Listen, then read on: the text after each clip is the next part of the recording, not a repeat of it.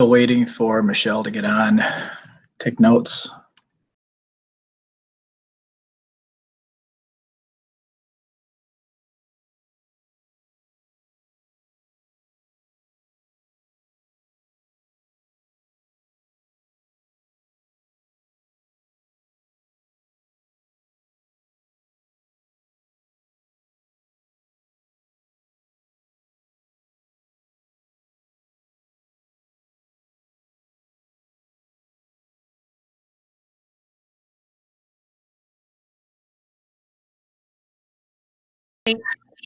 Okay.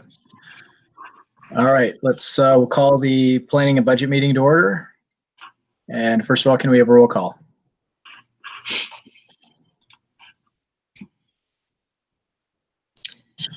I'm sorry. Bear with me one second. I thought I was ready and now my computer is not moving.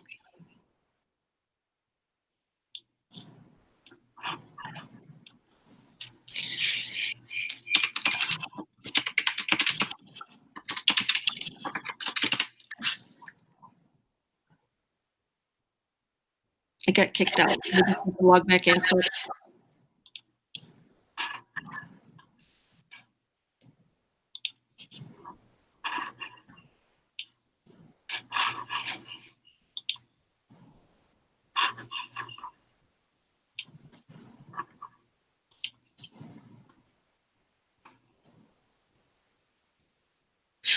Wong, Here. Anderson, Miller. Present. All right, approval of the agenda.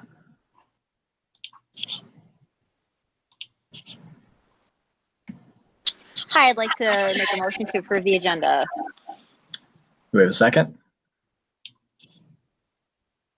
Second. Okay, any discussion? Hearing none, all those in favor say aye. Aye. Aye. Aye. Okay, 3 ayes, motion carries. Approval of the minutes, and I was noticing on there, Michelle, is that skipped? I did see it on there as far as the minutes go. They're not attached, is what you're saying? Nope, I'm not seeing them. Sorry. I did not realize they weren't there. Okay. Do you want to postpone that or do you want me to grab them quick? Well, Could we please postpone? Because I'd like the opportunity to look that over. yeah, I would agree. Okay. Do you want to make a motion for I'll that? go with that too. Okay. Motion. We have a motion for that. They'd be the May minutes.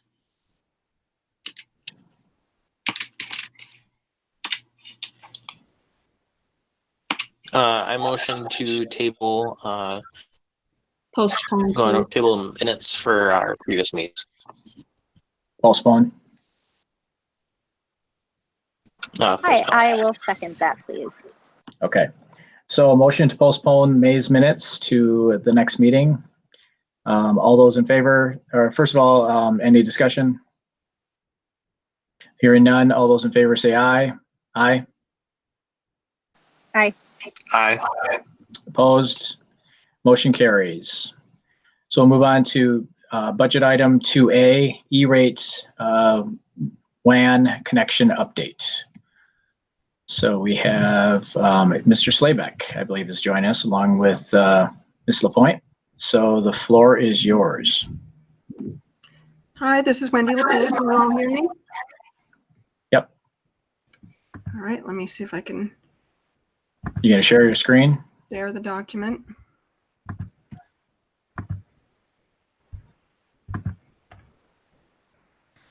Okay. All right, so I'm going to start with a little background on E-rate for those of you who are new to it. As a result of the Telecommunications Act of 1996, the FCC created the Schools and Libraries Program known as Education Rate, or E-rate. This program supports connectivity with telecommunications services and the internet. The E-rate program provides discounts to assist schools with obtaining affordable telecommunications services and internet access. Discounts can range from 20 to 90% of the costs of eligible services, depending on the level of poverty and the urban/rural status of the school district level. Beloit School District currently qualifies for a 90% discount. Eligible services include data transmission services and internet access, known as Category 1 funding, and internet connections, managed internal broadband services, and basic maintenance of internal connections, known as Category 2 funding. Jake Slayback, our account manager for TC Networks, will talk about the WAN project for the 2021 school year. Hello, everyone. Everybody hear me okay? Yep. Yep. Okay. Each year, we want to take advantage of the E-rate funding provided to us. 2 years ago, we upgraded our internal network. Last year, we upgraded our wireless infrastructure. And this year, we are upgrading our wide area network, or WAN. The WAN is the connection between each site. We had 4 bids this year for the WAN from Metronet, our existing provider Windstream, Charter Spectrum, and Vero. We are moving forward with Metronet, who came in with a low rate, faster speed, and no upfront charges. Metronet submitted a 5-year proposal with a 10 gig connection between all sites. Each site is $400 a month for a total of $6,800 a month. Windstream offered a 3-year proposal with a 10 gig connection between most sites and a 1 gig connection with 3 of our sites. Each site is $1,200 a month, with the add-on sites being $875 a month, for a total of just over $17,000 a month. Vero submitted a 3 and 5 year. The 5-year would be $12,390 a month for all sites, and they did not include a site-by-site breakdown. Charter Spectrum submitted a 5-year proposal with a 1 gig connection between all sites at $330 per most sites and $699 a month for the high school and district office. Their total monthly cost would be $6,348 a month. They also have a one-time setup cost of $6,277 per site for a one-time total of $106,709. Moving on to the next bullet point, the WAN itself. Our current WAN connects all of our schools and the district office together. We will be adding the maintenance facility on Madison Road, Operations Center on 4th Street, and the print shop on North Street. These are currently connected through a point-to-point wireless connection, and we'd really like them on the wired connection with all the rest of the sites. The speed upgrade, we will also be getting a speed upgrade between the sites. We are currently at 1 gig and increasing to 10.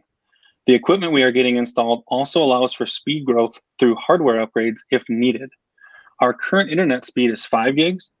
With the 10 gig upgrade, we will be able to get the 5 gig speed at each site. Currently, we are only at 1 gig. Now I'll pass it back to Wendy for the final slide. Okay. So we are going to continue using Windstream services through March of next year, 2021, at a rate of approximately $10,920 per month.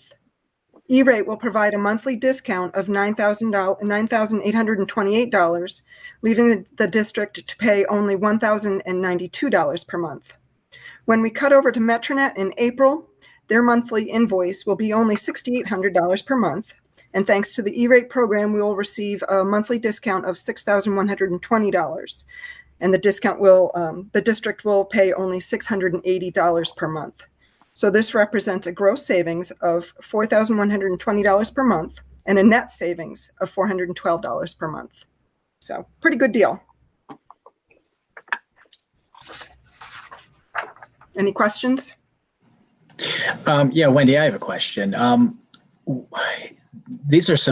There's a significant difference in the bids. I mean, is there something I'm missing here? I mean, is Metronet that much better? I mean, when you look at the different rates there, especially between them and Windstream, I mean, you're talking 3 times. I mean, are the other carriers trying to price themselves out of the market?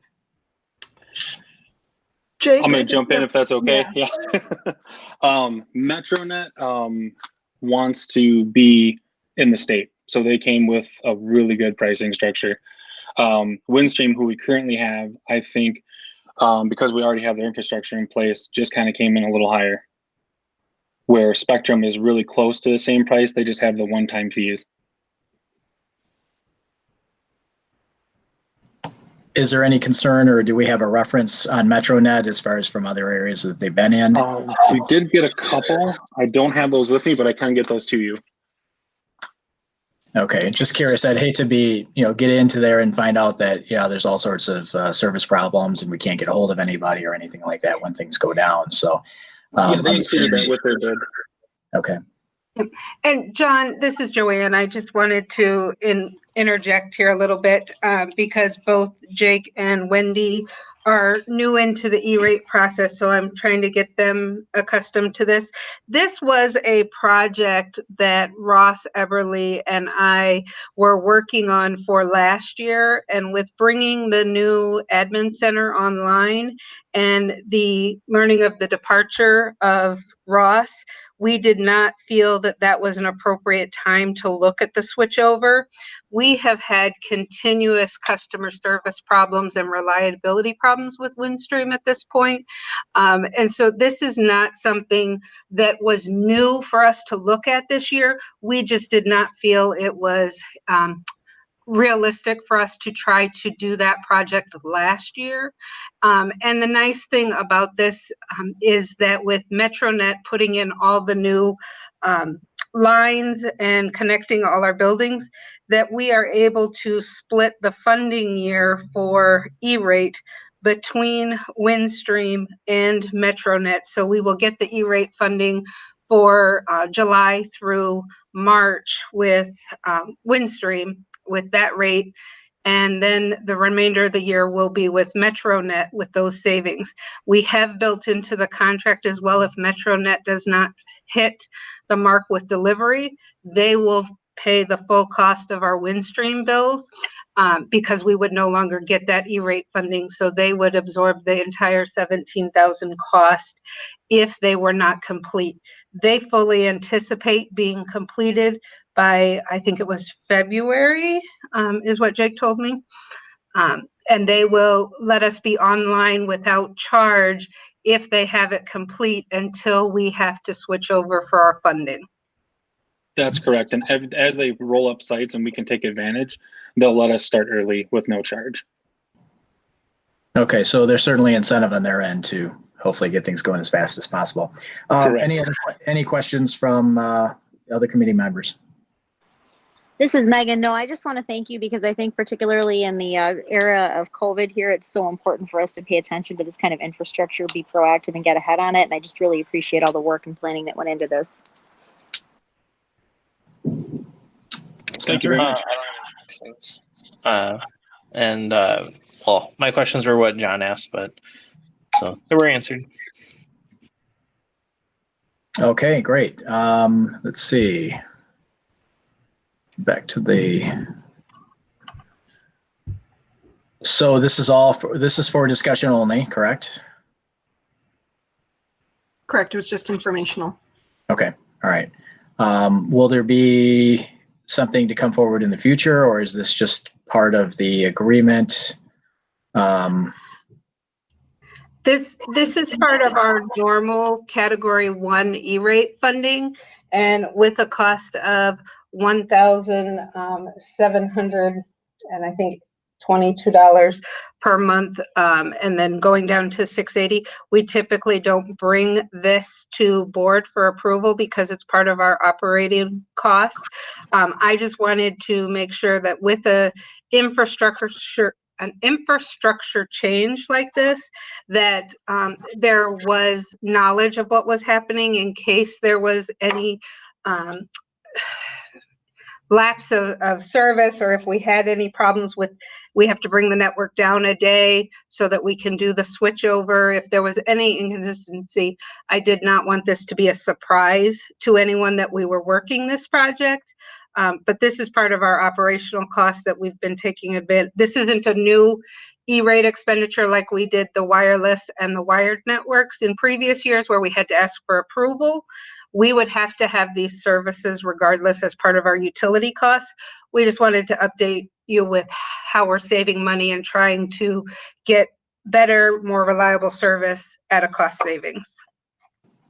Okay, thank you very much. And thanks, Jake, for your part of the presentation as well, and you too, Wendy. All right, moving on, we have 3A, which is District Staff Technology Refresh. And I believe, Joanne, you're up on that. Yep, I'm back again. You can't get rid of me. Okay. What last year for John and Megan, I know you were on the board last year at this time. The district was up for technology refresh. However, we had a prior lease agreement that spanned 5 years, and we had to make that fifth payment. And so the district had made the decision, since we were still paying for the technology under that lease agreement, although it was out of warranty service, we were going to postpone the refresh of our student devices and our staff devices by a year. Unfortunately, what has become very evident as we were trying to plan for an upcoming refresh for 2021, COVID has obviously happened, and we were in the process of looking at what would be best devices for our students. There were concerns at different grade levels of whether Chromebooks were better suited, if we wanted to stay with iPads. And so technology, myself, and school leadership team had come together, put together a task group of teachers and STEM coaches and a couple of the directors from school leadership to we brought in Apple and Google to kind of show us what iPads platform can do and what they can do with Chromebooks, and try to get a feel of what would be best in our schools. As COVID happened, we ended up putting the student devices on hold, as we didn't have time to go through that entire process. However, we are noticing that our staff devices are very unreliable, very outdated, and are causing significant struggles for our staff with connections and the ability to upload their lessons and things. So what we have talked about is going ahead and doing the refresh at this time for the staff devices, which would be the MacBooks. Would be about a 705 MacBook order to replace all the devices in the district right now that are assigned to education members and all of our professional staff in the district. The total lease for that would be $691,605 over a 4-year period.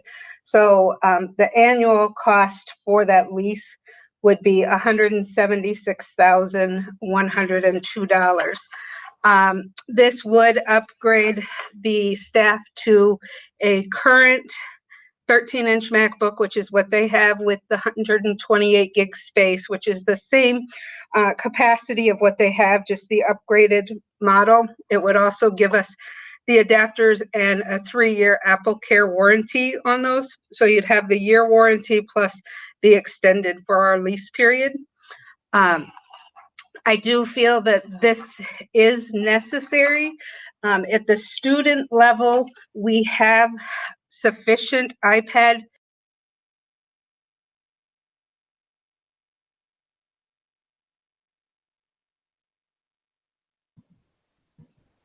Did we lose you there?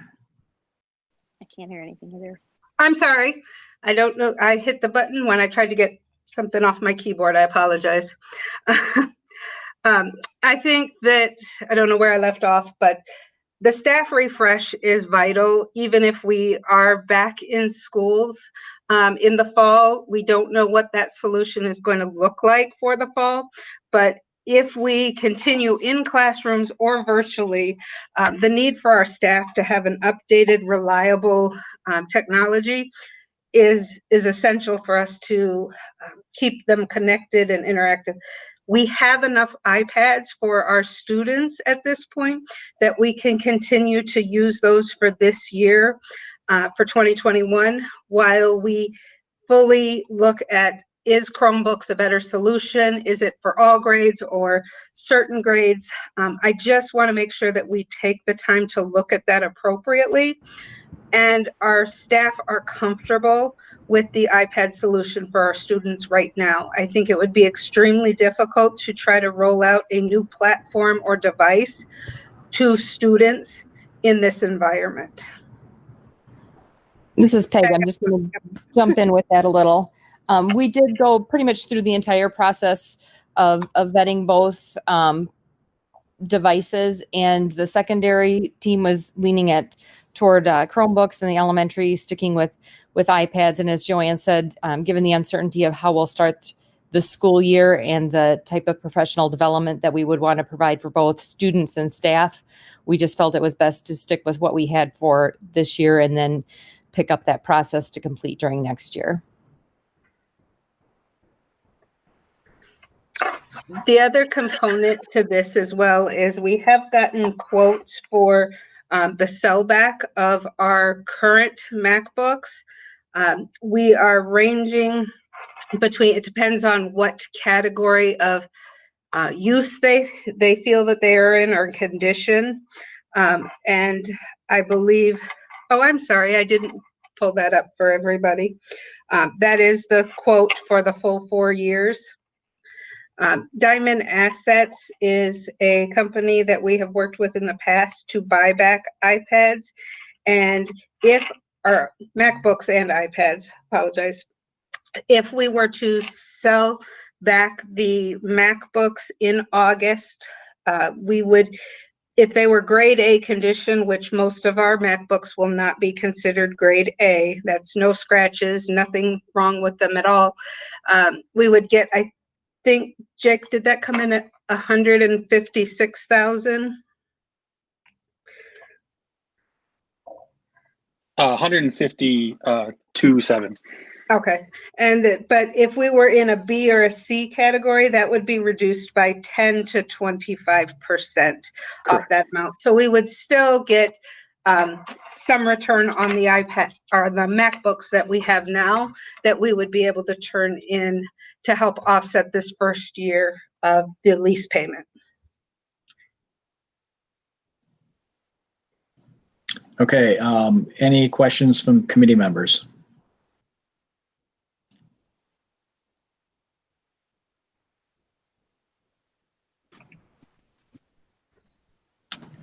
I guess none at this time. Sven, go ahead, Yeah, Sven. I don't have any questions. I'm happy to hear that you guys have looked at like you're looking at other solutions for students in our district, and also looked at selling back the current MacBooks that we do have to help offset that first year cost.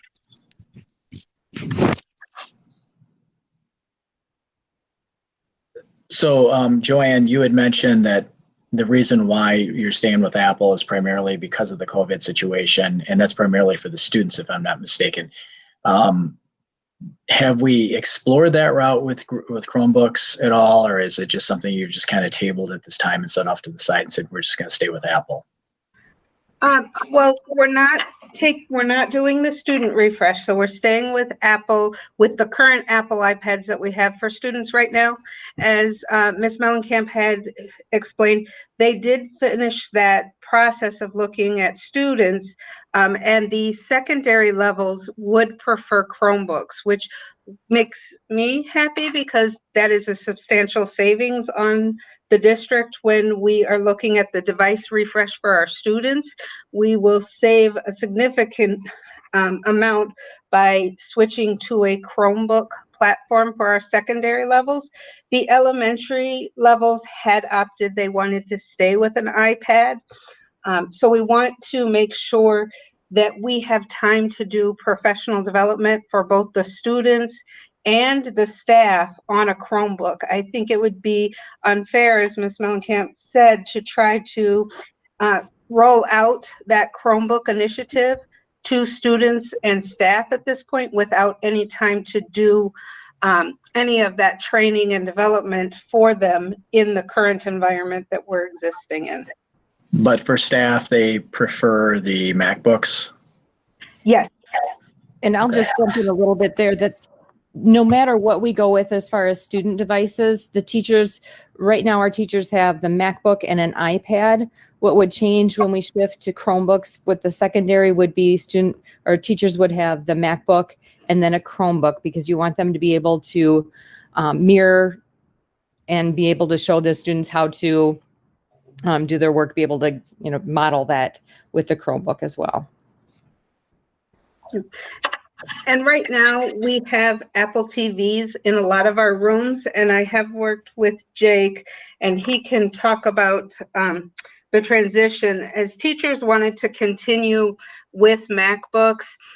The fact that we have Apple TVs, if we move to Chromebooks, that could potentially cause some issues with us being able to project onto the screen. And there's actually a solution that Jake had found that makes our TVs compatible with Apples and with Androids and laptops. Whatever system you're using would allow them to be projected.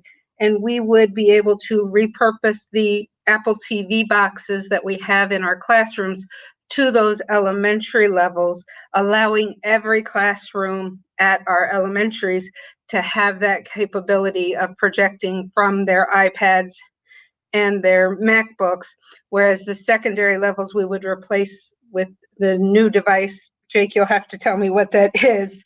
Airtame. Airtame, that would allow our secondaries to continue that process, and it is a reduced cost. Okay, good to know we can break into the Apple ecosystem somewhat. Megan, did you have any questions at all? I don't. This sounds really well thought out and sounds good to me. Okay.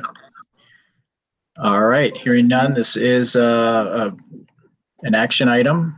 So sounds like you've done your homework on that, which is good. I appreciate you obviously getting feedback from staff. Obviously, you're the experts in this field, so you need to know the technology and what fits well in our environment. So do we have a motion from the committee?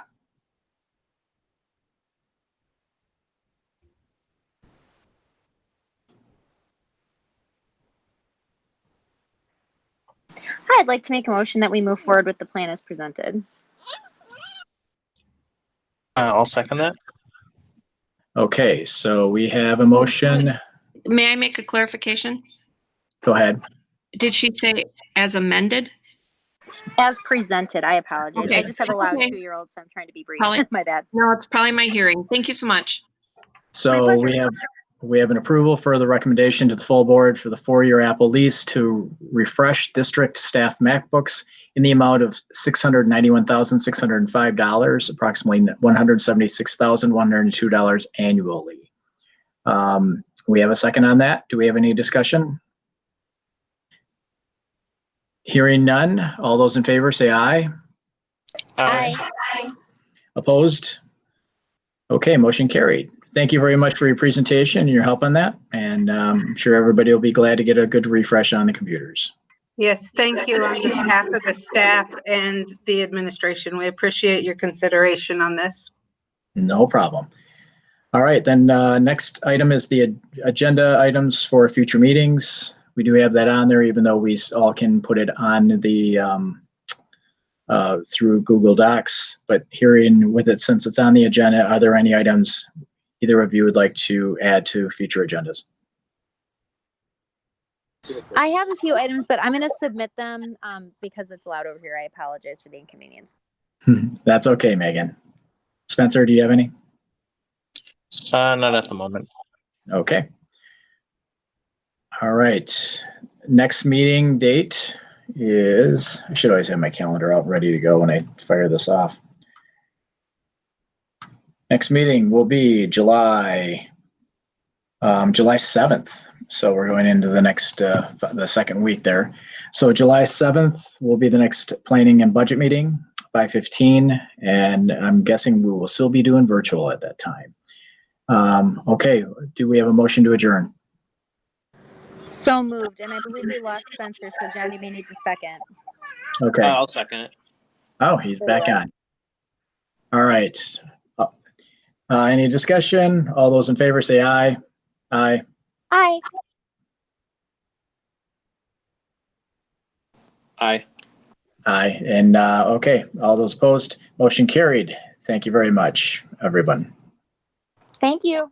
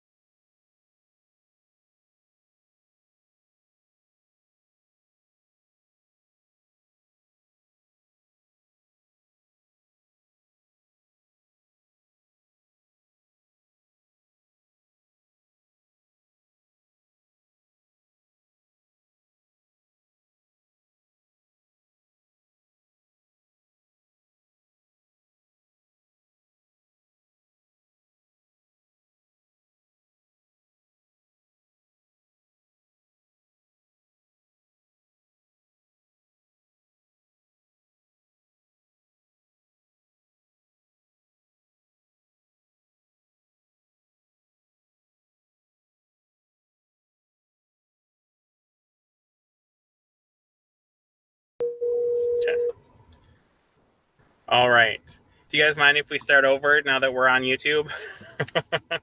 Is that okay? Okay.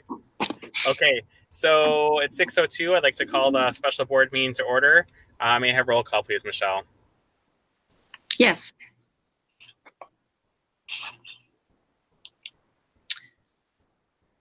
Anderson. Here. Jacobs. Here. Levy. Here. Wong. Present. Miller. Present. Delgado. Here. Larson. Present. All members are present virtually. All right. May I have approval of the agenda, please? So moved. Second. Motion and a second to approve the agenda. Any questions or discussion? Seeing none, all in favor of approving the agenda, please say aye. Aye. Aye. Aye. Any opposed? All right, the agenda is approved. Brings us to the first item is the approval of the WSB short-term goals facilitator contract. I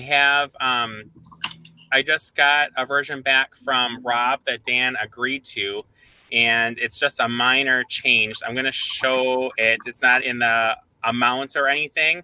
It just, so the one that was uploaded to board docs does not iron out like the, can everybody see that?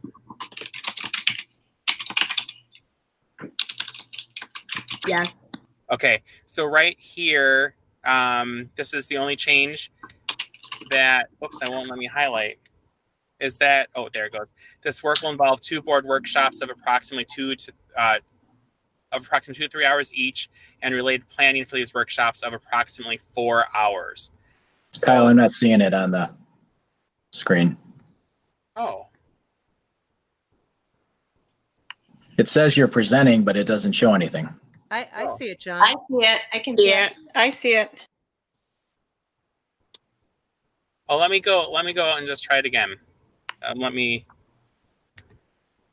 think the internet is just tired these days. Okay, a Chrome tab. And here we go. Can you see it now, John? It looks like it's bringing it up, and yeah, I'm not seeing anything. Oh, That's weird. Let's see if it, hang on. Nope. Let me just see if there's, yeah, it's not coming up on my screen for whatever reason.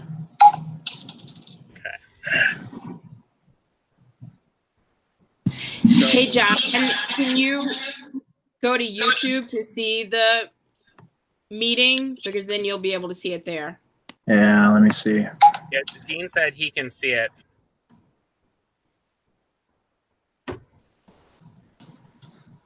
So that dollar amount is the same of the $1,600 do not exceed amount, which was what was uploaded to board docs. The only thing that Rob added in and then Dan agreed to right before the meeting was that specification of how we get up to that like $1,600 do not exceed amount of the 2 3-hour workshops and then approximately 4 hours of planning.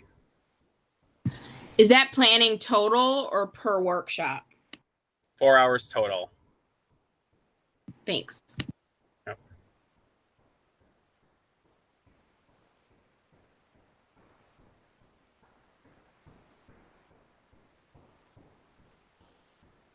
Okay.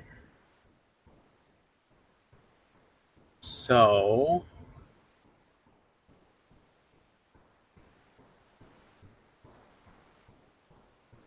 John, are you on YouTube so you can see it?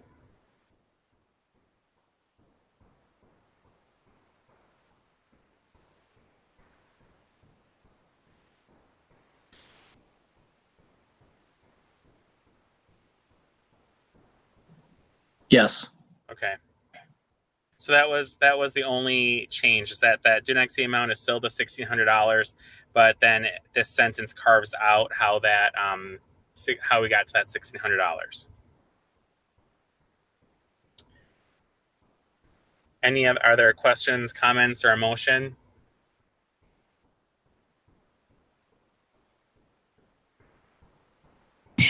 I move that we approve the contract for WASB to facilitate our short-term goal setting process with the do not exceed amount of 1,600 and the additional specification for billing provided by WASB.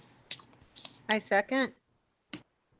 We have a motion and a second. Are there any other questions or comments? Hearing none. Wait, I'm sorry. I couldn't get my microphone turned off. Oh. For clarification on the motion, the specification for billing provided by WASB, you're referring to the billing provided by WASB, not the change provided by WASB, because the change came from Rob Bukema, correct? He is a part of, I'm referring to the itemization that's included on the contract that's not on board docs, but is on the document that Kyle just shared. Correct. I understand that. When you said provided by, I was trying to determine if you meant provided by Rob Bukema or provided by WASB. Who provided it? Was it WASB that provided the specification? It was. No, it was Rob Bukema. Rob put it in, and then and Dan agreed to it. Perfect. And please amend the motion to include the entity that Rob represents. Thank you. Okay. Thank you. All right. Any other questions or comments? Discussion? All right. All in favor, please say aye. Aye. Aye. Aye. Any Aye. opposed? All right. The contract is approved, so I will let Dan know, and then we will be sending out a doodle shortly to find a day to schedule our first workshop. Brings us to number 3, kind of an explanation of the policy of the expulsion process. So for this, I listed all of the policies around suspension and expulsion for review. That's something I'm going to try to do. It's a good way to get exposed to the policies as items come up. Mike Holland is our attorney who represents the board in the expulsion process. And so we asked him to be a part of this discussion so that he could kind of explain, give a brief overview of the expulsion process before we go into closed session and hear our first expulsions.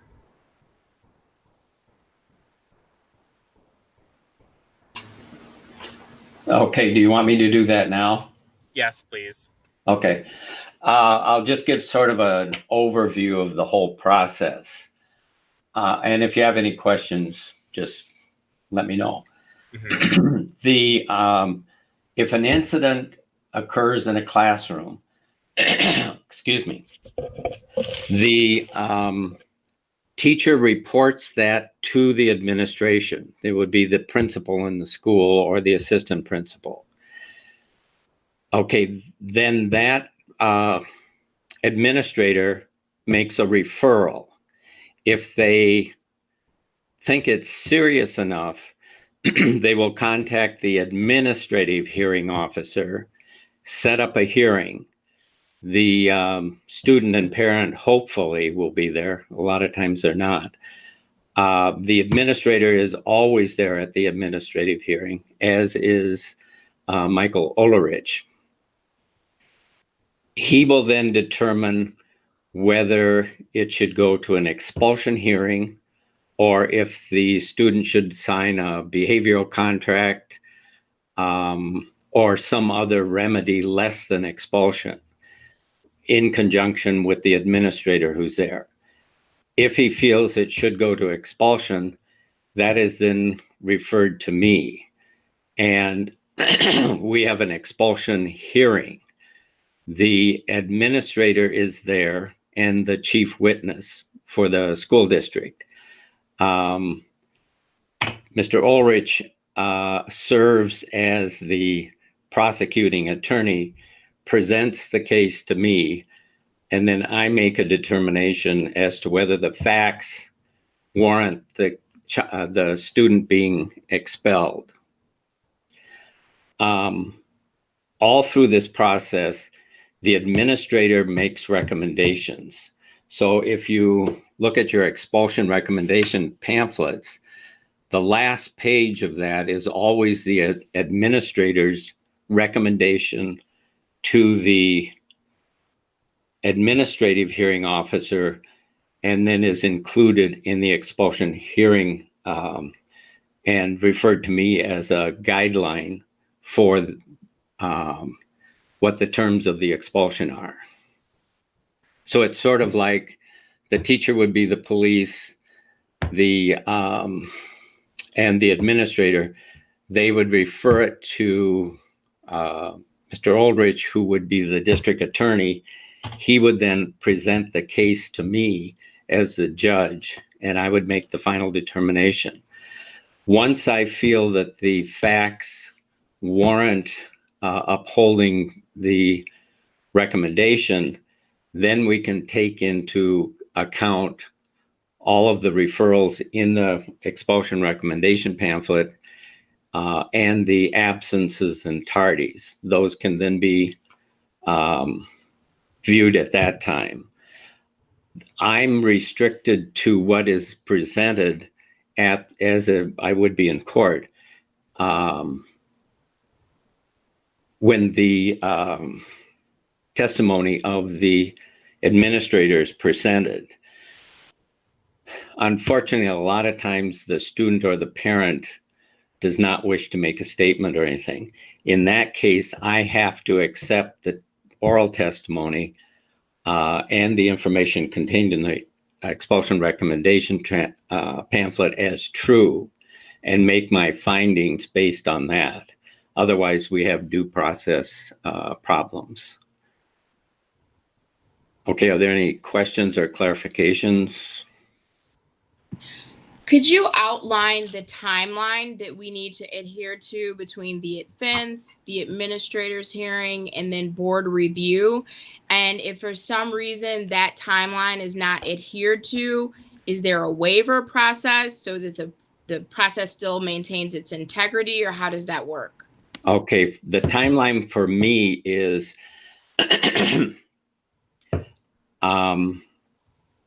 hearing has to be, and it depends if the student has a disability or not, because the time periods are shorter for a student with disability than for a non-disabled student. Could you go through both of those, please? Okay, that's what the administrative hearing officer, the point that he becomes involved. I believe those are 5 days for the student with a disability and 10 days for a non-disabled student. And that's from the point of the offense until the administrative hearing? Right. The time frame that I'm involved in is that within 30 days of the expulsion hearing, the order has to be presented to the board. The board has to make a determination within that 30-day period. We can't go over that. I think I might be missing a step. So between the point, let's say it's a student with a disability, between the point of the offense and the administrative hearing, that's 5 days, correct? Like I say, I'm not involved at that point. Okay. That's and correct. Okay. Missy, was that you? Missy, were you trying to? That's me. It's 5 days from the offense to when the administrative hearing is held, and in between there, a manifestation determination needs to be held to determine whether or not it was a manifestation of the student's disability. And then what is the time frame between the administration hearing and whether or not it's referred to you if they want to move towards expulsion? From the administrative hearing. Correct. Okay, I get the notice from Michael. I would say that has to be that 10-day period, or So if they want to move to expulsion, that is a separate hearing. And the name of Right. that hearing? the name of the final hearing is an expulsion hearing. Okay. And that is 10 days, whether or not the student has a disability, or is there a difference? Like I say, I don't schedule those. So I don't know if Missy. There's not a difference at that point in time. That's what I thought. Yeah. What Michael wanted to recommend, they go on to the expulsion hearing. They go on to the expulsion hearing, and we just provide services. Perfect. Outside of the school setting. I'm sorry, outside of the school setting. And then from the expulsion hearing to board review, that's the 30-day window? That's a 30 days. It must be heard, yeah, by statute. And then there's no discrepancy between disabled or non-disabled? Correct. Right, that's correct. Thank you. Now, my final question as far as timeline, if those timelines are not met, then what? Well, with what happened this year, we had, the 9 expulsion orders that you're going to review, the 5 tonight and the 4 next time, because those were scheduled and then school, stopped. We were unable to handle those within those timeframes. And the DPI gave us, I guess I would call it a waiver. And so that's why we're doing them now, because if we didn't do them now, and I believe all of the orders required the expulsion period to go into next year or into the following year. Mm-hmm. So if we didn't do these hearings, the child would come back in the fall if classes are held, or second semester, whenever, and would not have an outstanding expulsion order and would go right back into class. And that's why we're doing these. Perfect. Could you outline the specifications on the waiver? So what I mean by that is that the typical time between the expulsion hearing and when it needs to be heard by the board is 30 days. The waiver changes that 30 days to what length of time? This is just for this. That's not a normal thing. No, I understand that. Okay. But the waiver procured from DPI changes that length of time from 30 days to what new length? That's what I was told, yes. Well, I mean, as soon as we could do it. Mm-hmm. Oh, so there's not a length of time specified? No, because this is just for these hearings that were scheduled prior to school stopping and now. Perfect, thank you. The students are at home. I'm assuming some parents might want to expel them from their homes, but that we won't have any more until next fall. All right. Are there any other questions? Might be late. Amy, I just wanted to clarify. That's a unique situation. This is not a typical thing that they don't complete the process. And this is due only to the COVID-19. We did not have to submit a waiver or a request. DPI simply said, if you're in this process, there's an extension. We didn't have to apply for that. Oh, okay. Thank you for that additional clarification. Yep. And just so we're on the same page, there is no time limit. It was just as soon as possible. I believe so. Yep. Okay. Thank you. Yeah. Thank you.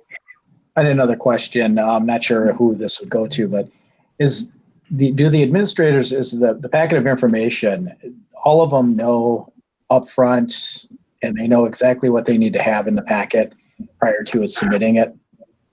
Yes. It's standard. Yeah, they have a format. It's they have a process, and they are trained in the process, and they can call central office if they're struggling with a certain component, how to complete it, but they are trained in it, and it is not a fill in the blank, but it is a form that they complete. Okay, great. Thank you. Mhm. Anyone else? Maria or Spencer? So in the transition of, going to the expulsions and that, I'm assuming that the parents or the legal guardians of the students, they're being walked through step by step of what's going on. Okay, we're required to give them notice at all stages. So they get a standard notification which lays out all of which is mailed to their last known address by certified mail. And it lays out pretty much step by step. But once they've gone through the administrative hearing, if they are present, and if they appear at the expulsion hearing, they've already seen the information in the recommendation pamphlet, so they're very aware of what's going on. Okay, and prior to all of this, are they being notified by the school of everything that it's taking place and why they're being referred for expulsion? That's all set out in the notification. I don't know what goes on before that, but Yeah, as with any disciplinary action that an administrator would take, they call the parent, they meet with the parent, they talk about the situation that occurred, they make their decisions based on the code of conduct, and they share all of that with the parent, including what the next steps will be and who would be working with them if the child does move through an expulsion process. Thank you, Sue. One last question. How is this being handled with our non-English speaking families? Do they have a translator? Is all of this given to them in their own language? The few Hispanic or Latino families that have been there, I think it was it may have been one of these 9. They had a Spanish-speaking attorney at the administrative hearing. So I'm fully confident they knew what was going on. Okay, but none of them are provided by us or by... The school provides a translator. Okay, thank you. Maria, it's Stephanie. My understanding, and correct me if I'm wrong, Sue, is when I was a principal, whenever I would be dealing with a family that spoke a different language, I would reach out to central office and I would have it, or if I had someone in my building who could speak that language, they would make that call directly from my office alongside me, correct? Yes, we would make sure that all interpretation would be provided. Thank you. Thank you. I have one question for you guys. So what if the parents or the guardians of the student were not able to be reached? Because I know that sometimes it's hard to reach out to some families. Right. That's dealt with pretty much the same way it is in the court system. And by statute, as far as DPI and everything is concerned, the requirement is that they be sent a certified notification at their last known address. And at each hearing, I always, if the parent and student are not there, I always ask if the notification, the certification has been returned as undeliverable, or whether it was delivered, but they prefer not to come. But that meets the statutory requirement that we send it to a certified notification to the last known address. Do we do anything else to, so if we receive that certified letter back, do we do any other steps to try reaching out to the families? My experience, just from my association with the administrators who come to the expulsion hearings, is that yes, some of them are very aggressive in trying to get the student and parent there. And I mean, they go way beyond the statutory requirement to try and locate them or try and have them appear in person. Okay, thank you for that. I had another question. I think it's probably for Sue. What is the reasonable turnaround time for the information to be compiled by the administrative team for the hearing process? John, I think we follow that typical 5-day timeline in communications and getting everything completed. So all that information after it's compiled, that information is available then to then be moved on to the board, to us to be able to review. Is that correct? It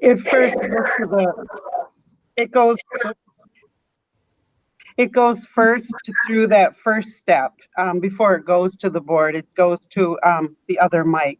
I'm sorry, I can't. Ulrich. Yes, and it goes through that process first before it goes to the board. And it also goes through the expulsion hearing before it goes to the board. Right, Correct. right.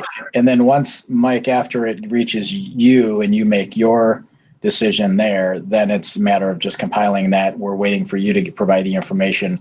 I'm assuming your piece is probably the last piece that's added to the packet. Is that correct? Correct. Okay. And is that typically done? I mean, after the hearing is done, it's got to be within, 30 days is when it has to come to us. Right. So it's going to be between, so if it's 5 days or 10 days, depending upon if it's a disability or not a disability, it's going to be another 10 days after that. And then it'll be 30 days before it comes to us for the final decision, correct? Well, basically, after I prepare the order and I send a copy to Mr. Ulrich, and then in conjunction with Michelle, we make sure that she gets the order so that she can get it to you in a timely manner with the rest of the pamphlet. Okay. All right, thank you. And just for clarification, as far as the students with disabilities, there's always a manifestation hearing. And if the behavior is determined to be a manifestation of the disability, then if we've had an order, I vacate it. If it hasn't come to hearing, I also make an order. Those don't go to you because it's stopped prior to an expulsion hearing. I don't issue an order, I issue a vacation of the order. Can I just rephrase that just to make sure that I'm understanding correctly? So if it has to do with a disability, it goes to a manifestation hearing where it will be discussed and the decision would be made if it's something to do with the disability. If it has something to do with the disability, then it stops there. It doesn't go any farther. Right. Okay. It may have already been scheduled for an expulsion hearing at that time, but then we vacate the whole thing if it's determined that it is a manifestation of the disability. Yeah. Go ahead.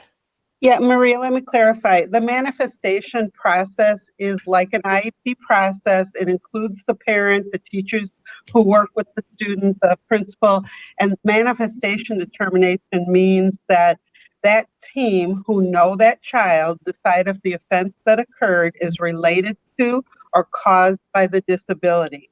If it is, then it does not move forward in the typical manner of an expulsion. And that team may make some other decisions to provide services to that student.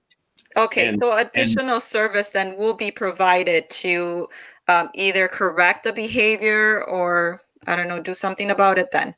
Yeah, there are lots of options that the team decides what's appropriate for this student in this situation. And they have many options available to them. And the statutes require that a student with disability receive educational services. Just another question. So what happens to the people that do have to go through like the expulsion hearing and that? Do they get any like referral resources because I see that some of the recommendations are normally that they have to see like mental health agency. Do they get any type of package or anything that would give them a referral source where to go or what steps to take? You mean the parent and student?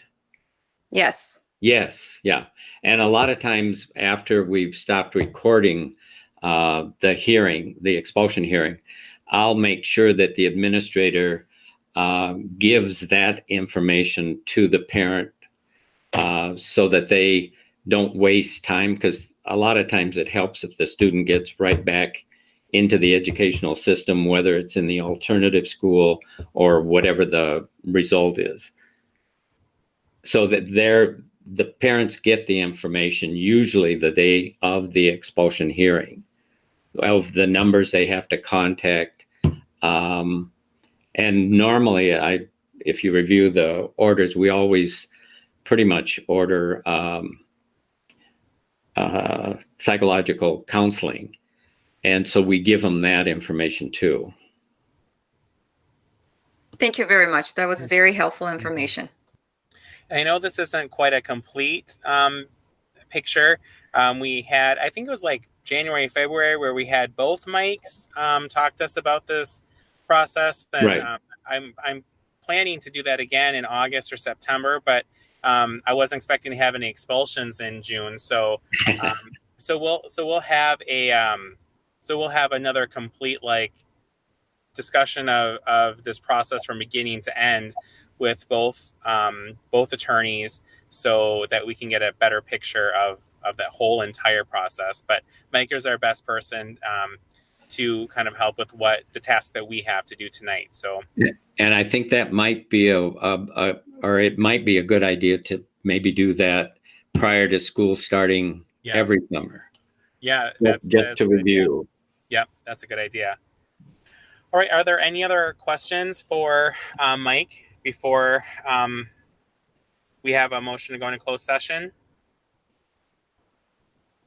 Okay, and after we have a motion to go into closed session, I'll just say we're going to stop the recording because there is no action that we'll be taking in open session after. So we will be adjourning the meeting from closed session tonight. So as soon as we go in, then we're going to shut everything down and the YouTube feed will end.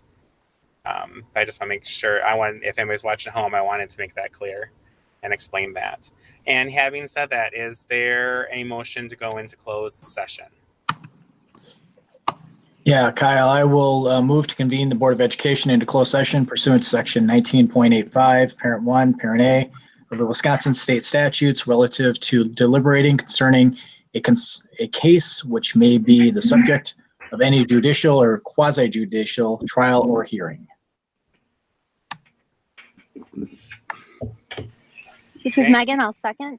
Okay, so we have a motion and a second to go into closed session. Any discussion before we go into closed session about the motion? Seeing and hearing none, roll call vote, please, Michelle. Delgado. Yes. Larson. Aye. Miller. Aye. Long. Aye. Anderson. Aye. Jacobs. Aye. Levy. Aye. Motion carried. All right, we're going into closed session, so I need everyone to please hang up from this call and then join the other link on your calendar. Thank you.